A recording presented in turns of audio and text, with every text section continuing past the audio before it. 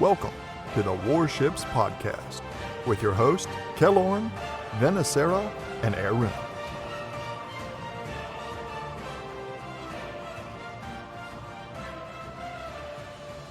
Hello, and welcome to episode 126 of the Warships Podcast. I'm your host, Kellorn, and I'm back this week after Venicera and Arun were kind enough to take the reins last week. A very big thank you to them and to Nozoop for you for a great episode, even though they did troll Nozoop there a little bit at the end. This week, we have a special guest, Drachinifel. And if I completely slaughtered that, I apologize. We'll be calling him Drac for the rest of the show, who makes fantastic history-based YouTube 5-minute videos about various historical warships. And we just want to welcome you to the show, Drac. Thank you very much. It's a pleasure to be here, and hopefully I can contribute something meaningful and hopefully somewhat amusing. So once for the fans, so that everybody actually knows how your name goes, and then we're going to call you Drac the rest of the episode. Sure. So correct pronunciation is Drachinifel. But everyone just uses Drac after about 5 minutes, so yeah. I don't think we even made it to a 1 minute, let alone 5, but... Alrighty, well, so how did you get started playing World of Warships, and was it the game that got you interested in making history videos, or the other way around? So I got started... Well, I've always wanted to play a decent warship simulator game for the sort of World War I, World War II period. Way back in the day, I don't know if any of you played it, but I played Navy Field, back when it was Navy Field version 1.0, before they went truly off the deep end in terms of crazy ship designs. And then I kind of gave that up a bit after it all died off. And then when I saw that World of Warships was coming out, I was already a World of Tanks player, and I saw Warships and went, oh, right, I've got to get in here. So I managed to beg, borrow, or steal a code for a closed beta. And so I think I was in the second closed beta weekend, and then thereafter into the closed beta itself. And I've basically been playing World of Warships near enough constantly ever since. In terms of the videos, I've always had an interest in naval history since pretty much I could walk, and I've been an aficionado of it since about the same time.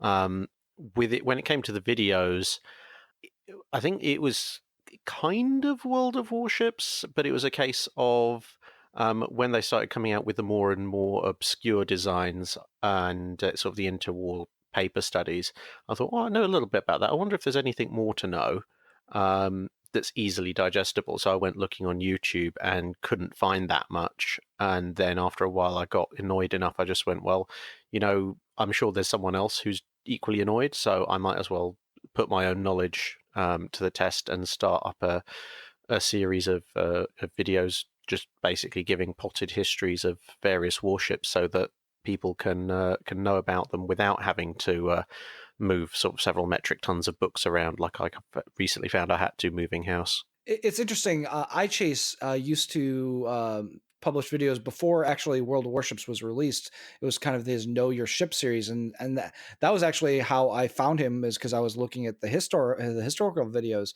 and he would clip together like long videos of that he would find of these documentaries and stuff, and so it was more of he was editing documentaries together for specific ships than creating content, like original content type of things.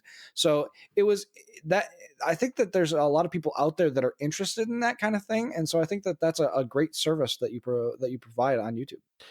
Thank you very much. I must admit, I did watch a lot of iChase's videos as well. The reason I chose the particular format I went with was I thought to myself, well, some ships, there's not a lot to say. Other ships, there's an awful lot to say. And because obviously a lot more has been written about certain ships than others, you can look like you're being very, very sort of committing favoritism. And at the same time, if someone wants to know about a ship, they may not necessarily have 20 minutes, 30 minutes, an hour plus to sit down and hear it all. So I thought, well, I'll try for this sort of roughly 5-minute format, because it allows you to get roughly the same amount of information for each ship. And it's relatively short, hopefully, and then people can sort of get the basic details. And then obviously later on I expanded to longer videos for more detailed looks at certain ships and certain concepts in naval strategy and history. But apart from anything else, one of the biggest ideas of the 5-minute guides has always been to try and spur people's interest, because if I lay out absolutely everything there is to know, then it's like, oh, well, that's all I need to know. Great, thanks, bye. A 5-minute guide hopefully piques people's interest just enough that they've got the basics of the ship, but it might also hopefully interest them in going and looking up more of the details themselves. And that's how people really get their hands on sort of the full-on knowledge and such like. For me, I know a little bit about a lot. So your 5-minute videos are interesting, but I found that a lot of them have things that I kind of already knew. I really like to dig in really deep, and I know that's not a real prevalent thing that people like to do. So I like to go find things that I didn't know. So like I try to there's been a lot of I don't know if you saw there've been a few videos of who would win between Yamato and Iowa, and it's just usually full of a lot of bullshit. Which your videos are great, have great historical accuracy, and I really like it. But I've always been kind of looking for more of that meat, more of that potatoes, and not just the appetizer. You know what I mean? Yeah, and I mean that's one of the reasons why I started up the dry dock and the Wednesday specials, because that gives me an opportunity to either go into random little details, or in the dry dock, or in the case of the Wednesday specials, that allows me to go into a lot more depth, bring up a lot more detail, and for pretty much for exactly the kind of audience that you are, so that there's something for everybody. Excellent. Well, do you have a favorite historical ship? Not talking about the game right now, but like a favorite ship in or a favorite history of a ship that you like to talk about. Well, as anyone who's listened to all my dry dock episodes will probably be unsurprised, I do have a little bit of a love affair with HMS Warspite. Mainly just because the ship itself seems, I don't know if anyone plays Warhammer 40k, but I think if they do, they'll get the reference. I think Warspite had a machine spirit beyond or before anyone else did. It definitely had a lot of character to it. It went through some absolutely crazy circumstances, and it had an exceptionally long lifespan. So yeah, that's my favorite historical And a ship. sad end. Yeah, yeah. Although I'd always do like the fact it's like with the Warspite, it was a case of, well, I've survived the German High Seas Fleet, I've survived the Kriegsmarine, I've survived a Fritz X, I've survived everything else anyone can throw at me. There's no way in hell I'm going to a shipyard to be broken up. I'm just going to run myself aground here and take myself down with my own fate. So, I mean, from my perspective, what really got me interested in naval history is I had a couple of books that my parents gave me when I was really, really young, like 10, 11 years old, by Robert Ballard, about finding the Titanic and finding the Bismarck. And, that story of Bismarck is why, in that single book is why I always have been interested in both in history and in battleships in general. So I don't know. I find that story of Bismarck to be really, really engaging. And it was really hard as a kid to understand why it was a good thing that Bismarck sank, because it was like, oh man, they were trying so hard and they did so many things. Why couldn't they just succeed? Yeah, and I must admit, actually, Bismarck it's one of those ships that sort of it spawns 1,000 legends, some good, some bad, because of what it did. But at the same time, it's also weirdly enough, for someone who's quite obviously British, I also do have something of a personal connection to that particular ship, more so than most other warships of that period, in that I was lucky enough to get to know one of the survivors from the Bismarck back when I was a teenager in the late 90s. So I got a lot of information from him about what it was like and what the final battle was like and things like that, which is always interesting because it colours obviously my perspective of that particular engagement, because he didn't really go on record all that much as compared to some of the other survivors, like Baron Reichenberg, I think, who wrote a fairly detailed account.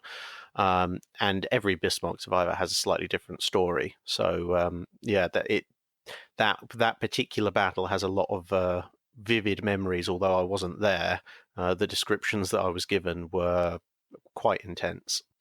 Is there anything that you can share with us a little bit from that? I mean, that sounds like a really special thing to get to hear. Like where was he stationed? And how did he end up surviving? He was stationed on the forward anti-aircraft batteries on the starboard side of the ship, approximately level with the forward superstructure. So he attributes his initial survival simply to the superstructure and Anton and Bruno turrets being physically in the way of incoming fire, and the fact that after a while it was fairly obvious that anti-aircraft gunners weren't going to be needed, so they were able to take shelter. And yeah, so he survived. He managed to survive, and I think some of the things that he described to me. One of the things he did describe to me, which I always found very interesting, and then tied into later research that I did, was that he mentioned that between the Battle of the Denmark Strait and the final battle, he used to talk quite often with the crews of Anton and Bruno turrets, who are obviously basically right next to him, and one of them mentioned that their fire control solutions and the feed that they were getting from the central, well, what at the time we today would probably call a combat information center, but obviously back then it was just fire control. He mentioned that those readings would skip slightly whenever they fired the main guns. And they didn't know exactly why this was the case, but later on, obviously doing research, you find that Bismarck's fire control cabling was not as well armored, or in some cases not armored at all, especially in the upper reaches. And so that kind of induced electrical shock effect would disrupt the communications, which would explain it. So it's kind of thing of, he knew what was going on, but not why. And then later research, you're like, oh, now I understand why that's happening. Just wish I'd found that out in time to tell him. The most vivid part of it, to be honest, because obviously during most of the battle he was just taking cover and trying not to get blown up. But when the ship was going down, and I know this will be controversial for some people, but his point of view is that he doesn't really believe that the scuttling charges were ever set off. He's perfectly willing to accept that the order might well have been given, but he describes when the ship was going down and he was making his way off. He described walking back along the ship and having to go around massive holes in the deck. And when he went around those holes in the deck, he said when you looked down, he said it looked like the scene from an industrial forge. It was just sort of glowing, not even flames, but just that deep red yellow glow you get from incredibly high temperature fires, which obviously they had to go around because A, there was a massive hole, and B, the deck around it was understandably quite warm. And he said when he was in the water as the ship was going down, he noticed that as the waves lapped higher on the ship, the hull was hot enough that there were hisses of steam as the water came higher up the ship. So from his point of view, his basic view was, well, I don't think anybody that was down there could possibly have been alive. And definitely no one in their right mind would survive going down there from higher up. So in his view, he doesn't believe the scuttling charges were actually set off because no one could physically get to them.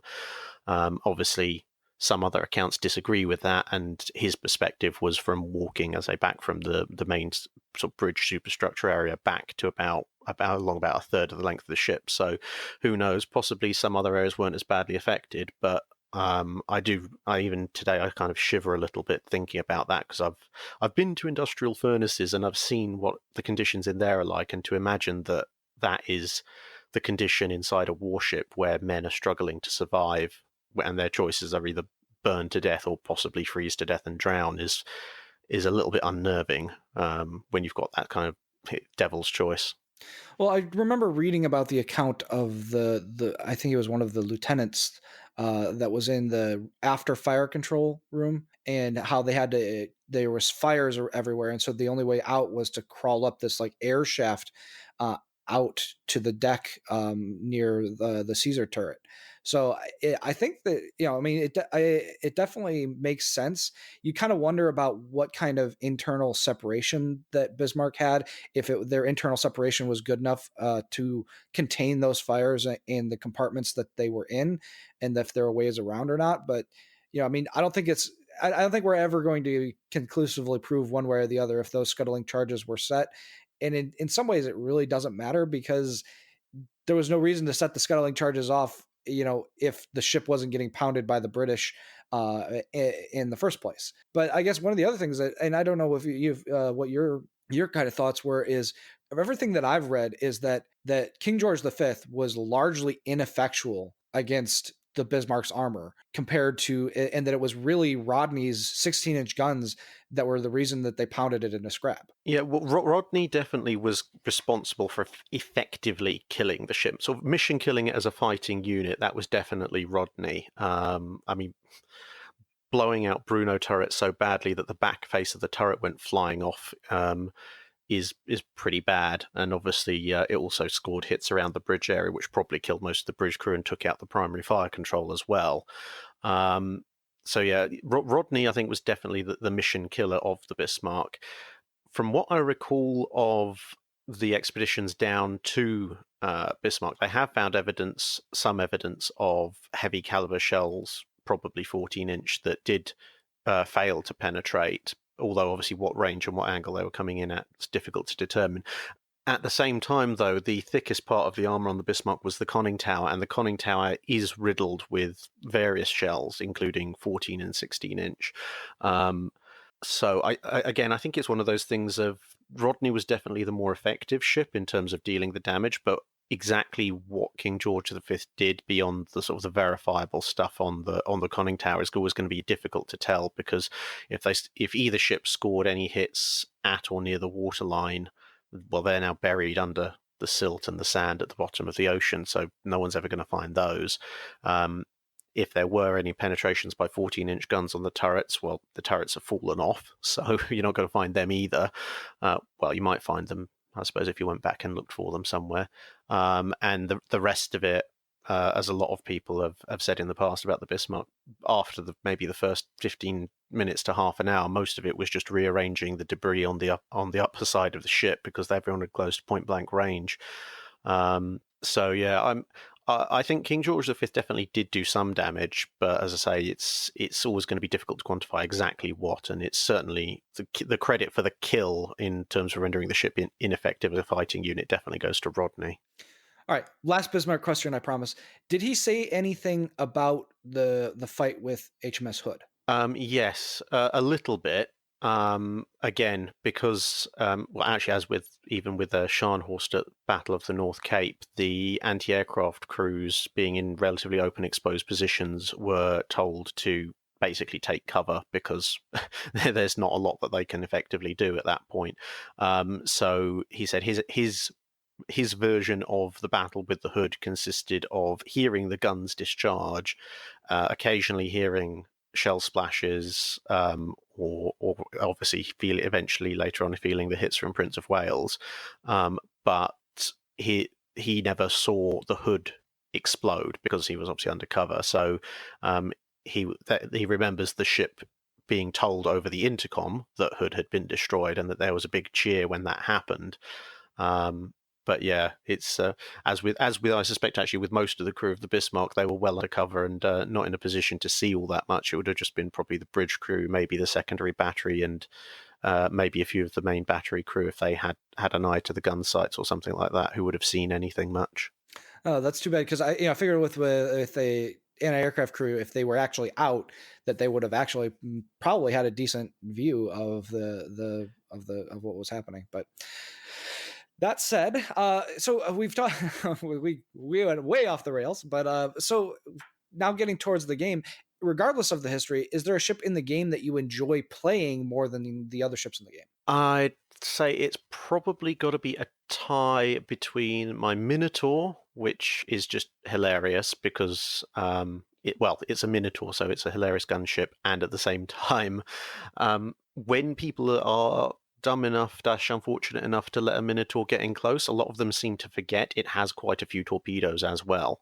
I do remember I think one of my most successful Minotaur games, which was a Kraken as well, actually ended up with me bagging a North Carolina and a Azuma, who decided it was a good idea to charge down the smoke screen, then detecting them on hydro, rushing out and dropping 8 torps per ship by running in between them and basically outracing their turret traverse. That was great fun.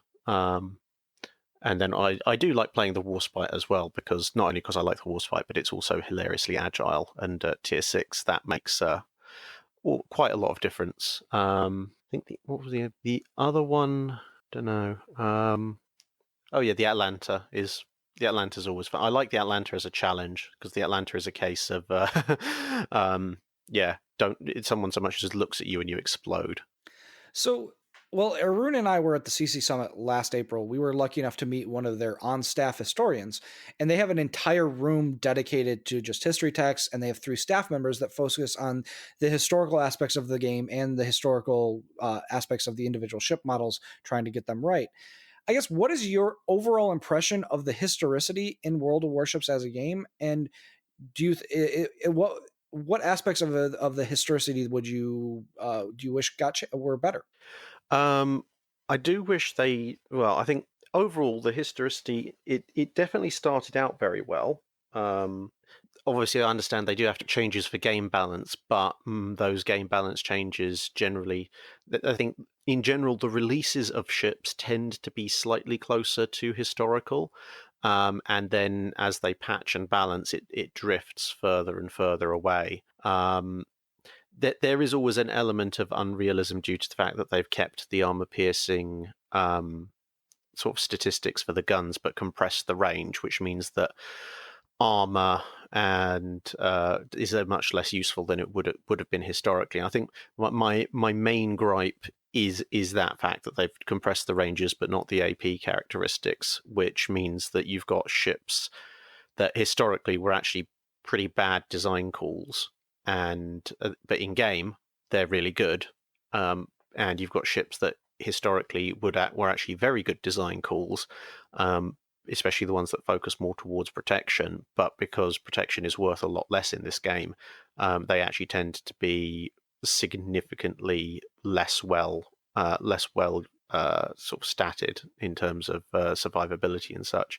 That would be my main gripe, and a secondary gripe would be the occasional use of very, very non-historical sort of paper ships or interpretations of ships where there are perfectly good historical ships, or at least historical designs that could have been used. I would like to also echo the complaint about the armor scheme thing. All or nothing schemes in this game are significantly worse than, well, anything else, even though historically it seems it should have been the other way around. I would definitely agree with that. I've often had a problem with, especially some of the armor schemes on particularly the high tier American and the high tier Japanese ships. It bugs me that those were actually very well armored ships, but they don't act like it in the game. Drac, you mentioned that there were a couple of ships that that are very good in game, but you don't think they were good in real life, and vice versa. Could you just give us an example of each that might so that people could understand where you're coming from?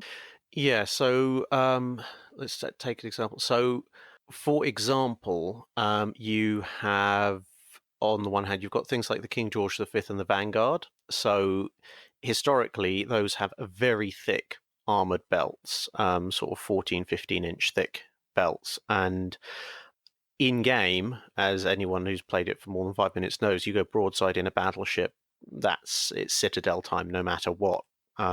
Whereas those ships were specifically designed with an all-or-nothing scheme with a very thick armor belt, specifically to allow them to get relatively close to the enemy and still maintain their armor protection.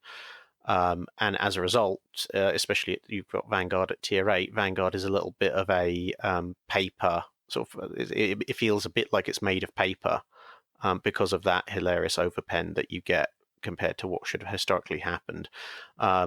Conversely, you get ships that are sort of covered all over, or almost all over, in relatively thin plating, sort of bow to stern, the more World War I era distributed armor scheme.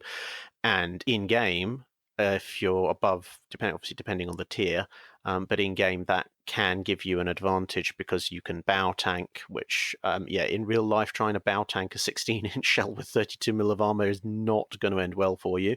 And also with certain ships and certain tiers, that thinner armor allows you to significantly reduce the impact of HE shells because they'll just shatter on the external armor.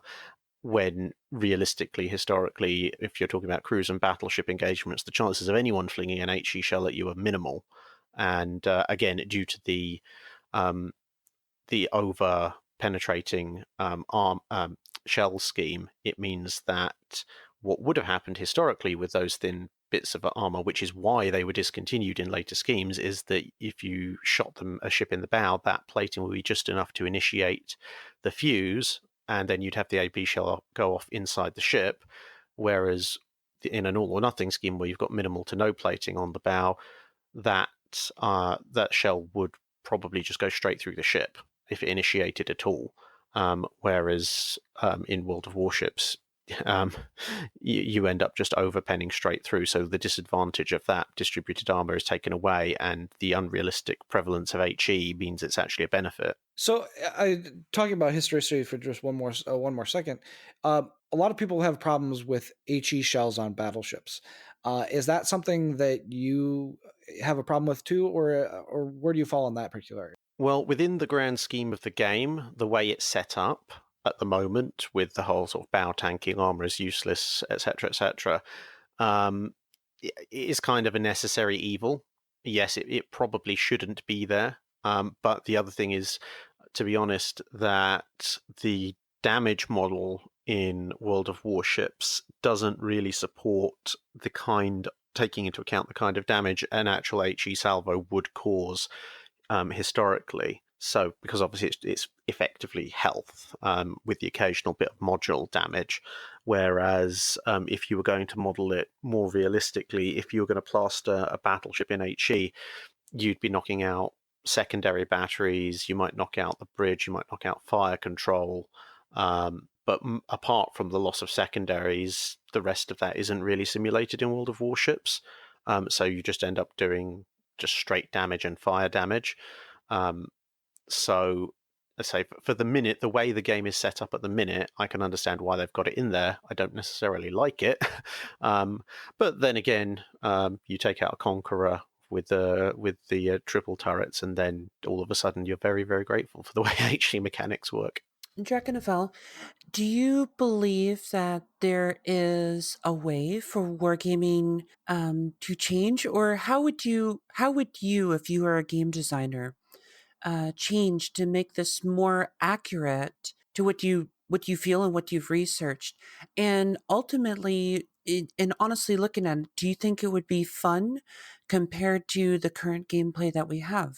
I think the single biggest thing they could do would be to adjust the armor piercing characteristics of shells in line with the compressed range, because that actually then brings armor back into the game. I think they also need to ditch the silly bow tanking mechanic. I can understand why it's done from it's a very easy mathematical standard, but there are hard physical limits to how much a sort of a thin plate of armor will withstand. Because I mean, in theory, if you took a pencil and ran it near parallel against a sheet of aluminium foil, in theory, the thickness of that aluminium foil is potentially up to infinite. But nobody's ever going to expect the pencil to glance off. You know you're going to rip a massive great hole through it because the material just isn't strong enough to withstand it, no matter its apparent thickness. And that is basically the same effect that a 14, 15, or 16, or even 18-inch shell would have on very thin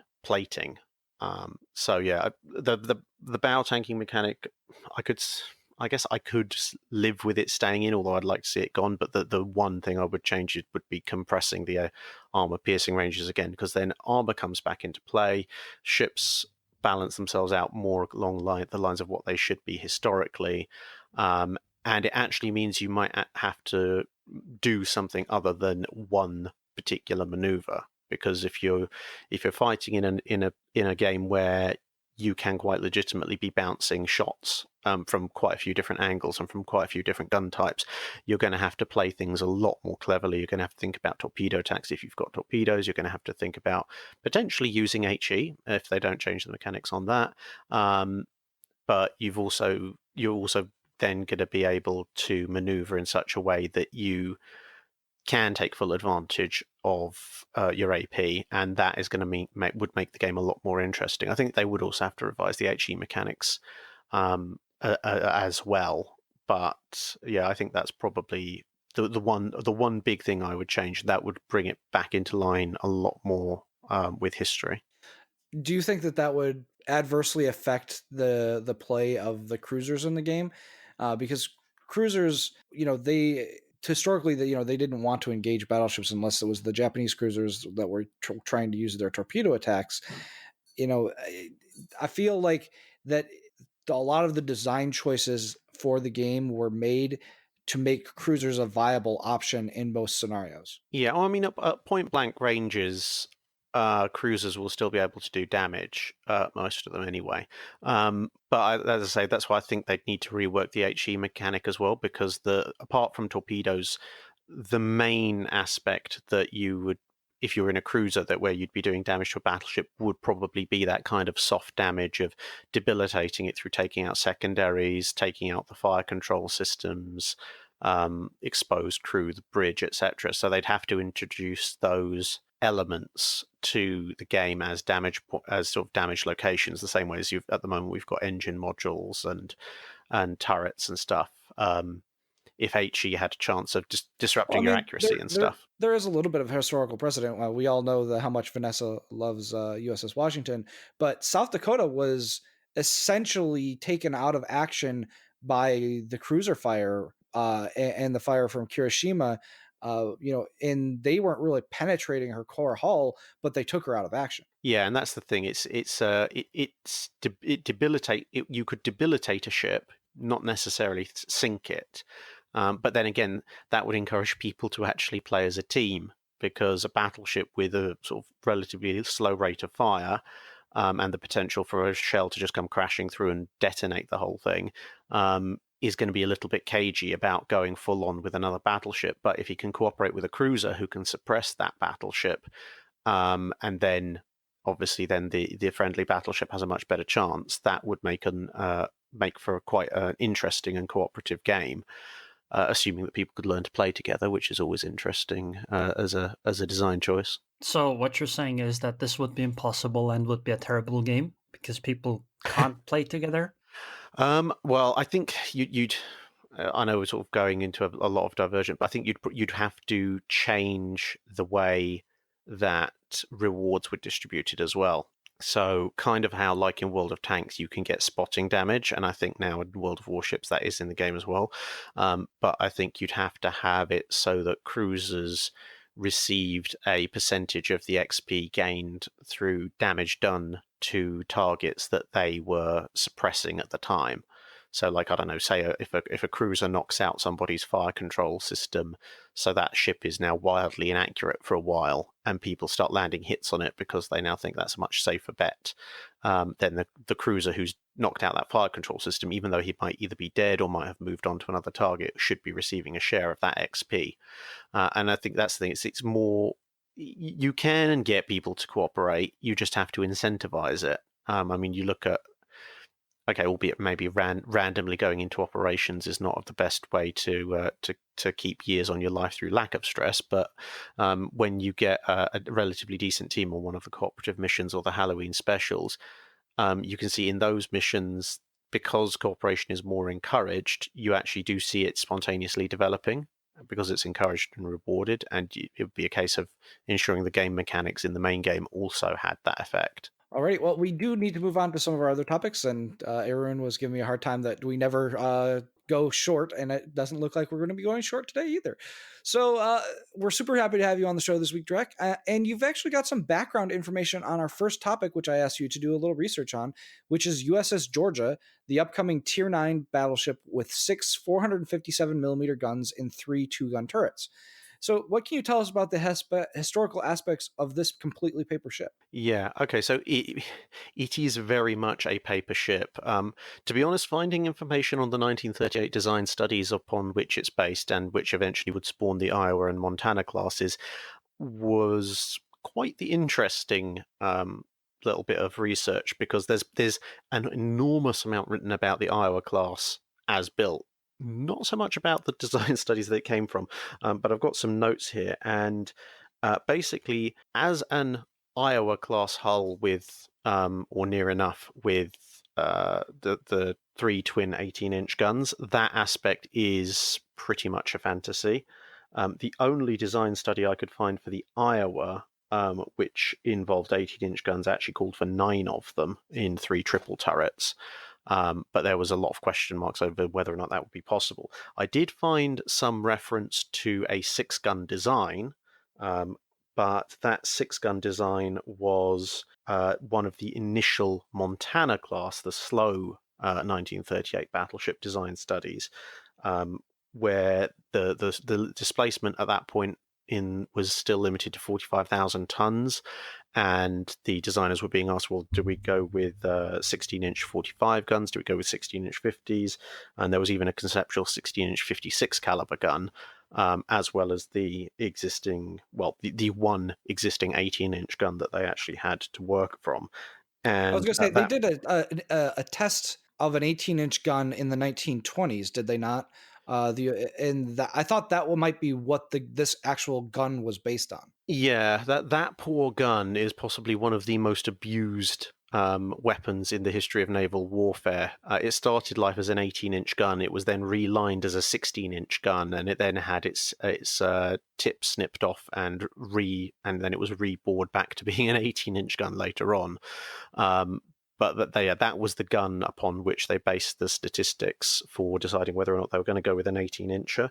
And the one design study that I could find was the 45,000 ton slow 1938. One of the designs, the designer ruled out the 18-inch ship because on 45,000 tons he could only provide 6 guns, which obviously is going to add up to 3 twins. So that I think that is where the idea of having the 3 twin arrangement has come from. But that, at least according to Norman Friedman, that is a design study that was part of the Montana design path as opposed to the Iowa design path.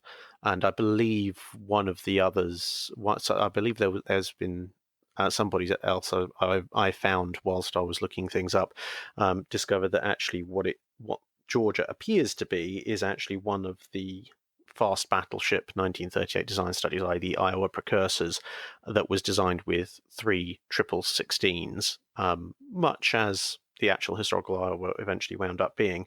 And what Wargaming have done is they've effectively melded those 2 design concepts, where they've taken the precursor to one of the precursor to Iowa designs from the 38 design studies, and then taken the armament from one of the precursor to Montana slow battleship design studies and put them together. And that's how we've ended up with the Georgia. I was going to say, because the more that I look at the ship, I originally thought you're right that it was kind of some of this Iowa class hybrid. But the more that I actually look at the model does not look like an Iowa class battleship at all.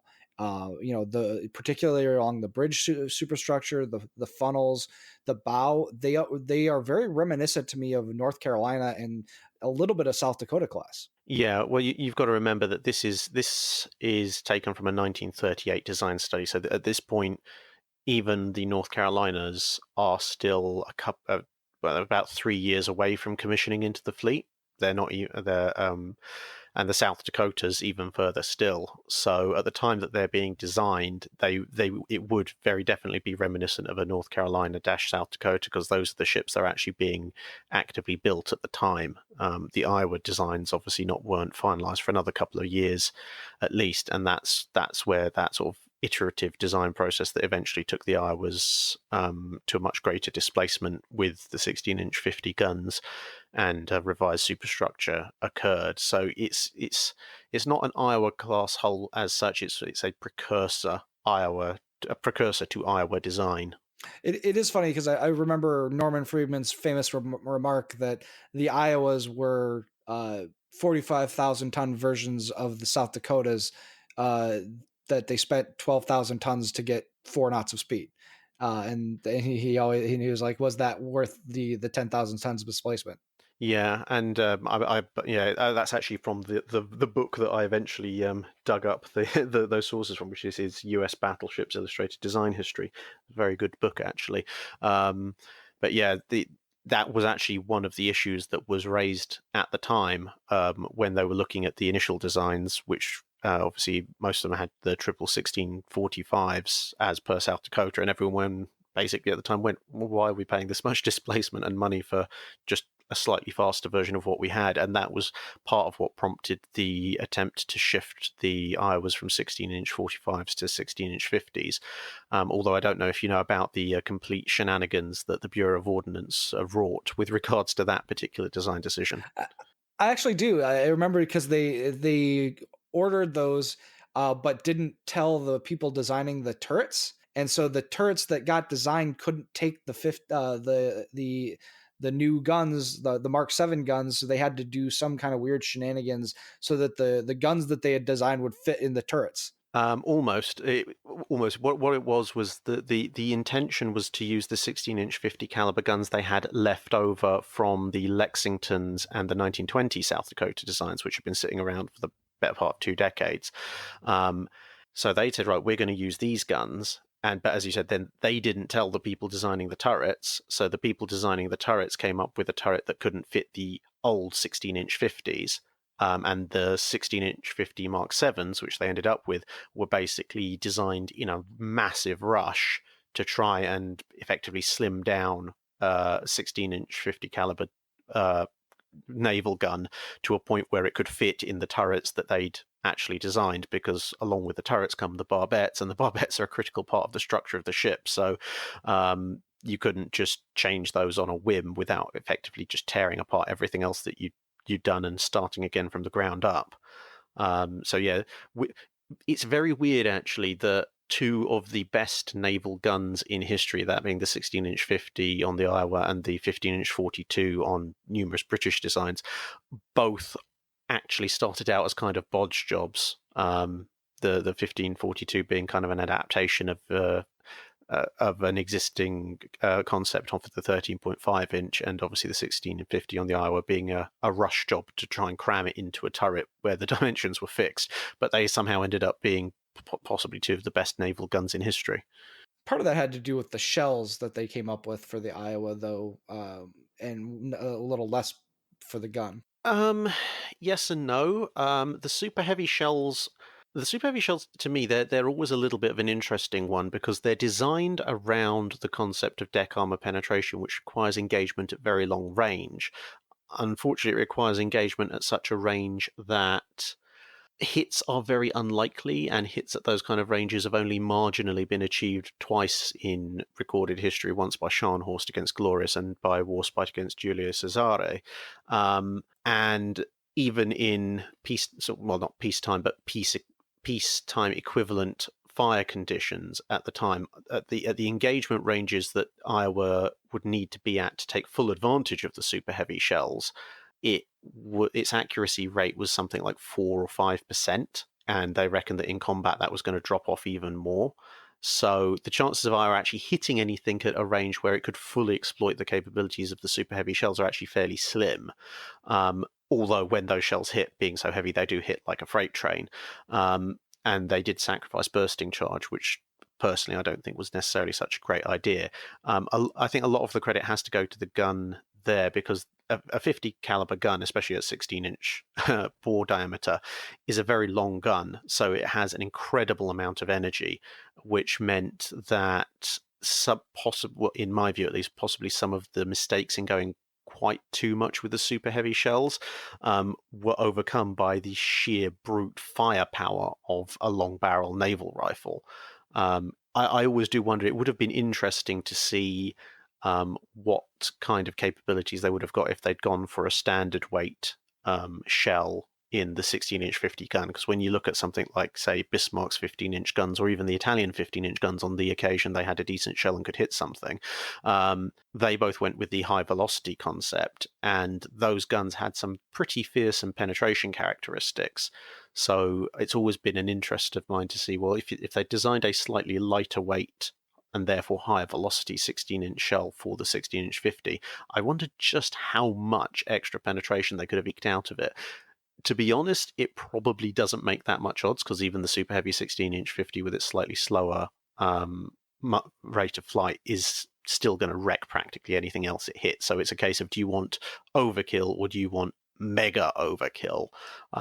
But it is always an interesting thing to think about. So I did mention the Yamato versus Iowa a bit earlier, and how I have a problem with some of those videos and stuff. What are your thoughts on how the Iowas and the Yamatos would have fared against each other? Yeah, it's always one. You'll notice I haven't actually done a video about that, because I keep steering away from it, because I can guarantee that whatever you do, you're going to massively tick off one side or the other, just by declaring the other side a winner. In my opinion, I've always kind of felt that it would be pretty inconclusive.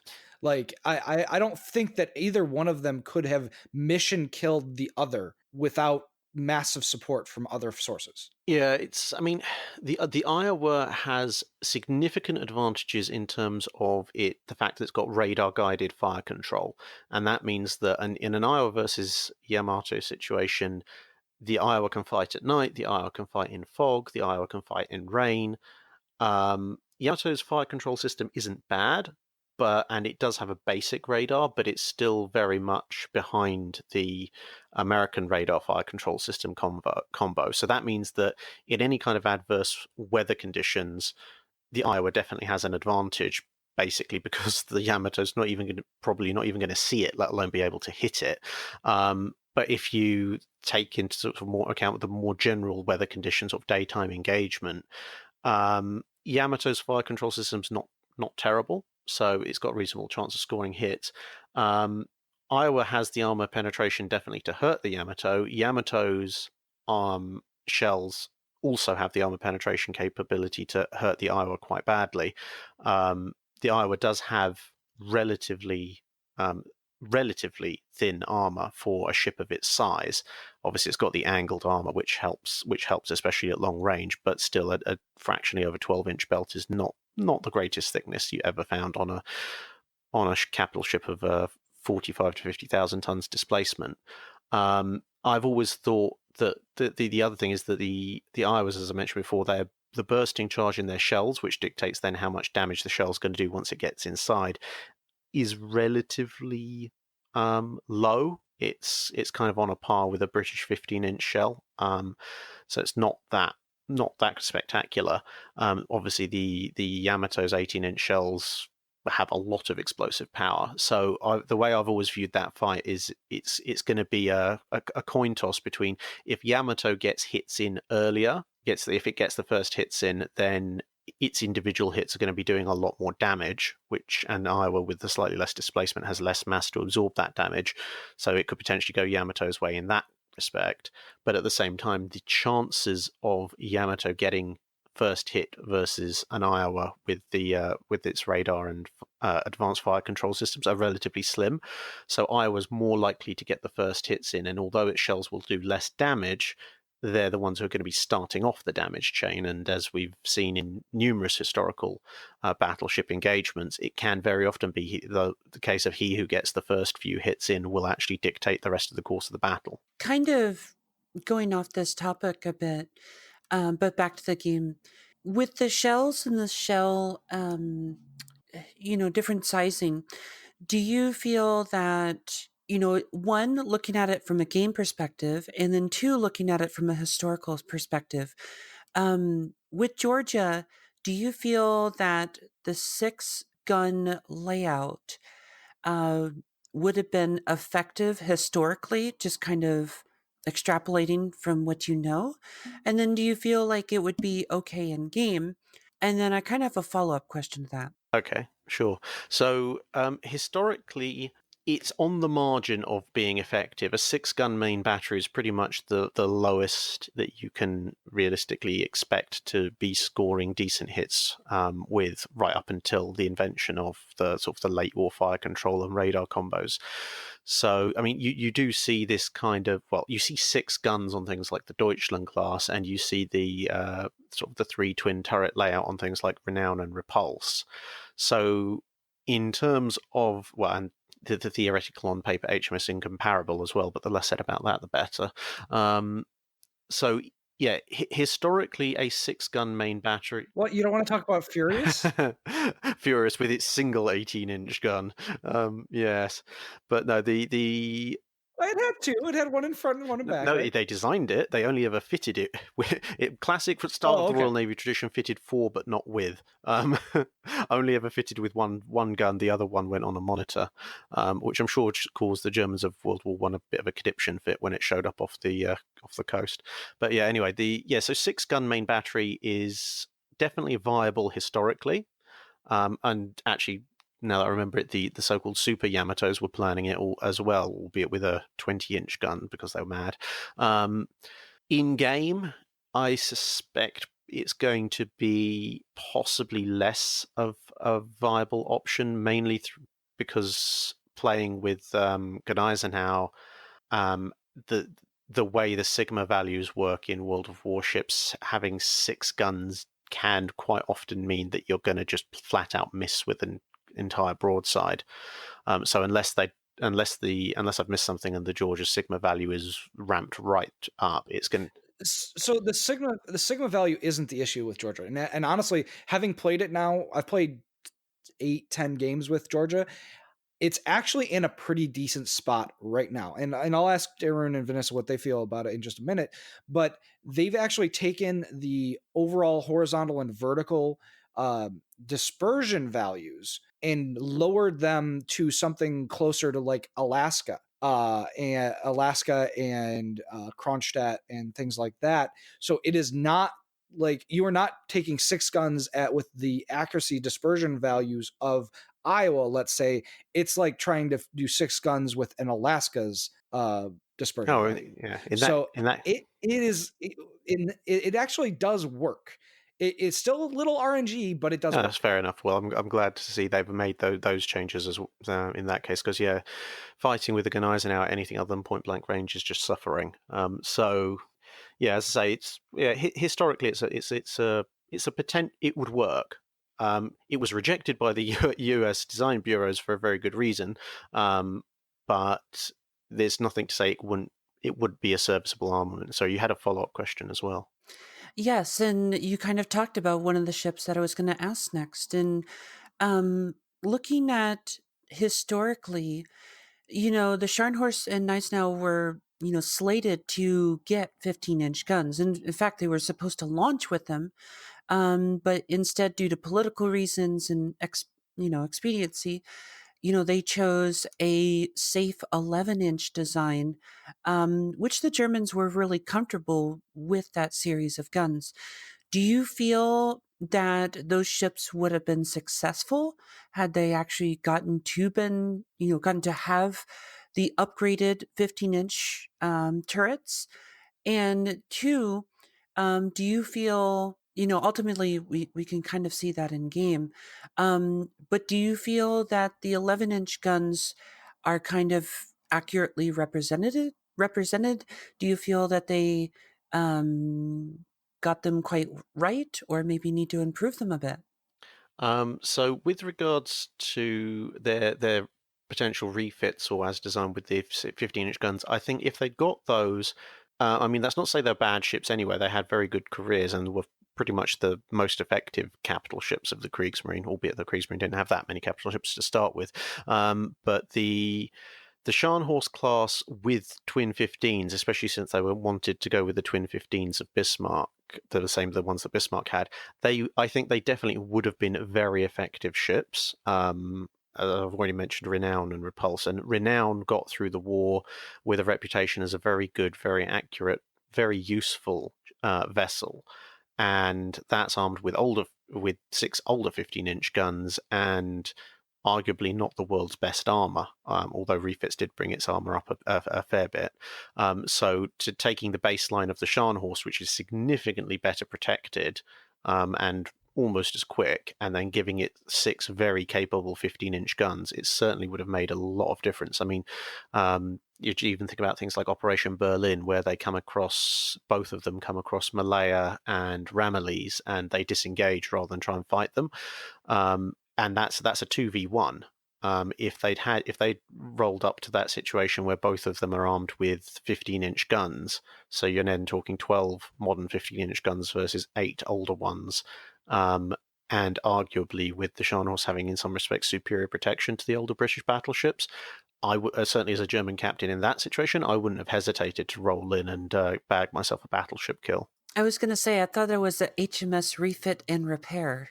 Yeah, Renown and Repulse. They as with so many British interwar ships, they have a rather interesting interwar history, to the point that by the time you roll around to World War II, they're almost completely different subclasses of each other, with Renown definitely getting the better end of the stick in that respect.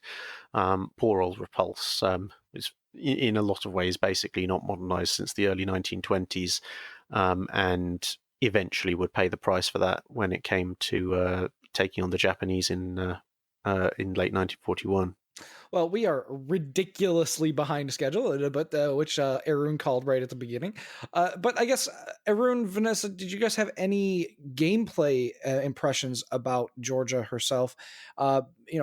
Personally, I find Georgia to be interesting. I've played a number of games in her, both with the accuracy module and the reload module in slot 6. And over time, I found myself gravitating really towards that accuracy modules, which really did seem to make a crucial difference in with such a low barrel count on the ship.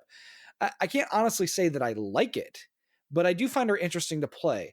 The upsides are really the disgusting shots that she can sometimes get on enemy ships, particularly cruisers. I mean, I've done 40, 50K to like Kronstadts and Alaskas and Des Moines and things like that.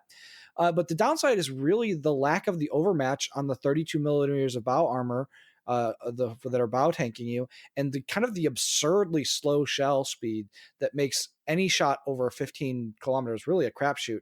The shells land where I'm aiming, but they just take for so long to get there and pretty much anybody can dodge it. Did Arun, Vanessa, did either of you guys find it a fun ship to play, or did you find it interesting at all? I think interesting is the perfect word to describe it. That's the word you use when you don't like something, but you don't want to hurt somebody's feelings, right? So, yeah, I would use the same word. It's interesting. I didn't like it. The ship just performed... Well, I haven't played too many games, so perhaps my opinion will change. However, so far, I don't really see the point in the ship. At least with a Gneisenau, I can go close, I can torpedo them, I have very good armor. Georgia doesn't have it, and she's higher tier. In fact, I think I would much rather be in a Gneisenau than a Georgia in the same match, because, well, at least with the Gneisenau, I have armor, so HE doesn't hurt me quite as much, although I suppose HE does still hurt. The difference is that you can dodge, and, well, when you get close, everybody runs away. And you have torpedoes. Well, that's why they run away. I don't know. Like I there are times that I found myself enjoying it, and then there were times that I was really frustrated with it. It was really a hit or miss ship for me. I really love the speed and the kind of the maneuverability of Georgia. With the speed flag on, she's doing 34.7 knots, and you just kind of cruise around and get away from people. Nobody really can run you down, and the cruisers that try pay for it very brutally. She should get the same thing the Soviet battleships have, except maybe a shorter range where she becomes more accurate. I mean, right now, if you get into close kilometers, range... Sub 10 kilometers, Yeah. You're going to put your shells exactly where you want them with Georgia. Really? Because, I don't know. I felt the Stalingrad I fought put her shells slightly more accurately than I did. Well, I mean, yeah, but I don't know. It's really difficult for me to say that. Like I said, I'm not trying to say it's a good ship, but it can be fun to play, and it is certainly different from anything else that you play at that tier. Sure, I'll grant you that. Variety is important to you. It can be there, but I do want to talk about Azuma before we close it down for the day real quick. This week, Azuma was released, and there was a time back when Azuma was tier 10 that this would have generated enormous excitement for me. But the tier 9 version was never quite as fun as the tier 10 version was that we got to test early on. We are getting Yoshino, the tier 10 IJN supercruiser, soon. Trademark. And her torpedoes definitely have me salivating in anticipation. But for now, all we have is Azuma. Before we talk about our impressions of the gameplay of the final ship, Drac, what can you tell us about the IJN's Super Type A cruiser designs, especially in relation to the only one that ever really got built, Alaska? So the history of those ships, they're actually a bit of a really weird sort of game of double bluff, in that the Alaskas, part of the driving reason behind the design and authorization of the Alaskas was a fear that the Japanese were building similar kind of supercruiser killers. In actual fact, the Japanese weren't. But then the Americans started building the Alaskas, the Japanese got word of it, and then they started to build their own. Obviously, what depending on the source, they're either called B-64 or B-65 designs, which leads to the rather weird thing of like the Alaska caused the Japanese to design the thing that the Americans thought they were building the Alaska to fight against in the first place, which is a bit of a weird one. But yeah, no, in terms of their design, they are very similar to the Alaskas in many ways. I mean, you've got the sort of 3 triple 12-inch turrets on both. Obviously, Alaska's got far superior anti-aircraft firepower, but at the same time, the Japanese were planning on putting quadruple torpedo tubes on their cruisers. So, yeah, they have some stylistic differences, but the Japanese also had at one point considered, when they found out about the Alaskas, they considered actually upgrading the guns further still to a larger caliber, although that never actually came about. And well, obviously the ships themselves never came about either. So I said earlier that Azuma doesn't really excite me as much as she once would have, but the community contributors have largely published information that she's not a good ship and she's not worth buying. That's a bridge too far for me personally. Azuma, for what she is really fun to play. If I had never gotten to test the tier 10 version with its pretty stupid hit point total and faster reload, I would find Azuma to be a powerful ship. If you like the IJN cruiser playstyle, playing with HE at mid to long range and being kind of a flagging harassment ship, Azuma is perfectly acceptable. She doubles as a good crew trainer for both IJN cruisers and battleship, but what she isn't is super overpowered, which is how I'd really classify both Stalingrad and Kronstadt. In reality, I personally find Azuma and Alaska to be about equal in power, and frankly, I prefer Azuma's playstyle to that of Alaska, just because of the way that I like to play the game. But what about you guys? Does Azuma fit in for you? And Drac, have you gotten to play Azuma yet? I haven't got to play Azuma yet. Unfortunately, I don't. I don't have access to it as it stands. How do I put this nicely? I think I might actually prefer playing the Ibuki over her. Okay, now that's way too far, Arun. I'm gonna come find you and beat you up because that was mean.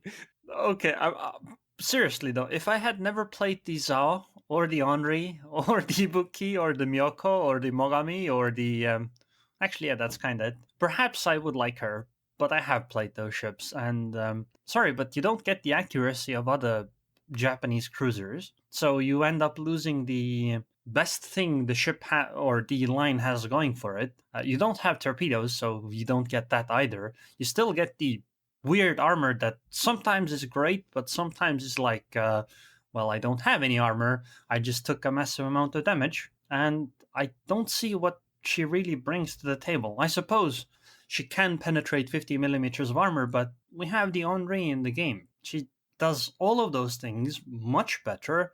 Yeah, she's a tier higher, but she does it so much better that it makes up for it. Does she have torpedoes? No. Yeah, no Japanese seafood then. All right, Drac. So are you free on Fridays? Because I'm gonna need some new co-hosts. No, I can make myself available on Fridays if you can withstand me constantly rambling on about warships.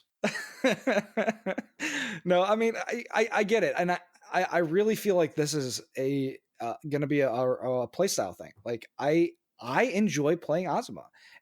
For whatever reason, when I enjoy the time that I spend in the ship. And there are a whole host of ships that I've played, including some of the ones that you put on your list, namely Henri, that I don't like playing it. It feels awful to play to me. Honestly, if they had given her better accuracy, I wouldn't really have much of a problem with her. But I don't know. I mean, firing her guns feels kind of like firing battleship guns sometimes, anyway. And so you fire, and you're like, where the hell is that one shell going? So, Drac, what do you feel about the supercruisers being in World of Warships in general? We've talked a lot about them over numerous episodes. They've been in the game quite a while now. We've got a bunch of different iterations. Do you feel like they fit in the game? Like, there was a big question if they were ever going to put any of these ships in the game to begin with, because they didn't know how to classify them. Well, I kind of appreciate them being in the game mainly because they open up the idea of battlecruiser lines, because effectively that's what they are. I know there's this whole debate as to whether or not they're big cruisers or battle cruisers, but as I've mentioned on my own channel, the interesting thing about these ships is that they are almost exactly a repeat of the mission profile, and to a certain degree almost the armament, speed, and armor of the battle cruisers of the pre-World War I period, in that they're armed with 12-inch guns, relative sort of armor designed to defeat 8-inch shells, high speed, and designed to hunt down and kill cruisers. Well, hello. I think you just described the Invincibles with a bit of a speed boost. As far as they're going to work in World of Warships, I think, again, we're sort of going back to what we were talking about with the issues in World of Warships surrounding the armor penetration mechanics and such like. That is where they're going to have the problems, because they have slower rates of fire than the 8-inch gun cruisers, especially when you're talking about something like a Des Moines. And because of those compressed ranges, their armor, which historically was designed to stand up to 8-inch shell fire, is not going to stand up to 8-inch shell fire in this game. I mean, obviously for those of you who've played it, I invite you to imagine what would happen if you tried to go broadside to broadside with the Des Moines at anything like normal engagement ranges, and who's going to come out on top there.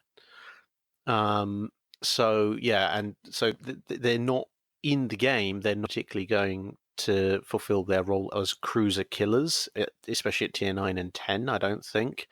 And at the same time, if they then turn around and try and engage the battleships, because they've got big guns and a large size and a lot of displacement, well, they're going to lose that fight as well. So I think that there's definitely potential to make them work, but they're either going to have to fight each other, which is always a possibility, or they're going to have to be very careful and picky about how they pick their engagements in at least the way the game's currently built at the moment. So how would you rate their power against destroyers, in your opinion? In the game or in real life? In the game. Well, they're big targets, but at the same time, you've almost in some ways you've almost got the example of this whole concept right down, sticking down at tier 7 with the Scharnhorst, which is surprisingly good against destroyers, I tend to find. Obviously, not playing on the test server, I don't know what their secondary builds are like, but I have a suspicion that if you load them up with HE, they might well be fairly good at sort of either one-shotting or doing major damage to destroyers with their main guns using HE. And if they've got a decent secondary setup, then that might help either finish them off or drive them off as well. So the way the mechanics work at the moment, from what I know of the designs, these sort of supercruiser type things could be relatively effective against destroyers, especially when they have radar or hydro. But at the same time, that's going to be a rather major departure from their originally intended role. Alrighty, well, I think that's going to do it for this week. If we get into anything else, we're going to be here, all afternoon. I want to thank you for stopping by, Drac. You gave a lot of great historical information and stuff that I really love talking about, but we just don't get to for all that often. So I want to thank you for coming on the show. Thank you very much. It was a pleasure to be here, and yeah, I'd be more than happy to come back if you'll have me back. It's really nice to be able to talk with people at length about warships when everyone's sort of roughly on the same page when it comes to interests and knowledge. So it's been very enjoyable for me, and hopefully you guys don't feel I've monopolized the airwaves a little bit too much this time. No, don't worry about that too much. I don't know if I told you when we had you on the show, but it was one of your fans that is also a fan of the podcast that sent me a message and like, you need to have this guy on the show. So it was great to be able to get you and to fulfill that person's desire to have you on the show. Awesome. Thank you very much. And yeah, as I say, hopefully not the last guest appearance by me, with any luck. No, for sure. We'll definitely have you back soon, I hope. Arun, Vanessa, did you guys have anything to add for this week?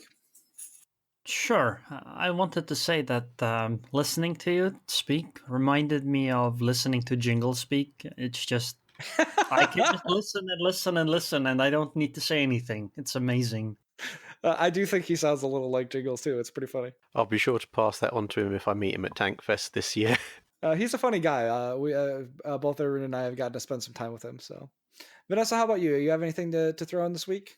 Nope. Hey, at least you don't have to work today, right? Yeah, thank God. The new work schedule's been killing me.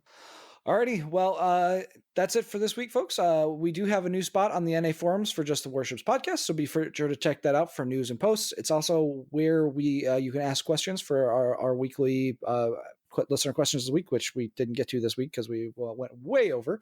Do check the link in the description for that. As always, follow us on Facebook at facebook.com/Warships Podcast and Twitter at Warships Podcast for updates between episodes. Don't forget to check out Arun on YouTube and Twitch as well. And Drac, you are on Twitch and YouTube as well, right? I'm on YouTube. I'm not on Twitch, but I am on Twitter for. Sorry, I meant Twitter, not Twitch. Yeah. So yeah. Twitter.com/Drachinifel, YouTube.com/Drachinifel. Fortunately, it's a fairly unique name. Nobody's grabbed those handles yet, so all the collaborative branding and all that. For sure. And I'm not going to apologize for the Poycast jokes that got made on April 1st today, but I did enjoy trolling all of you a little bit with posting up Udachi stuff. So there is that as well. Though it was pretty funny that Kami got pretty upset that I of the Poyification of the podcast. We, of course, want to thank our amazing Patreon backers. If you're interested in supporting us, please consider becoming a Patreon backer yourself. You guys are what make the podcast possible, and we do enjoy having you guys as our backers. Take care, everyone, and we'll see you next week.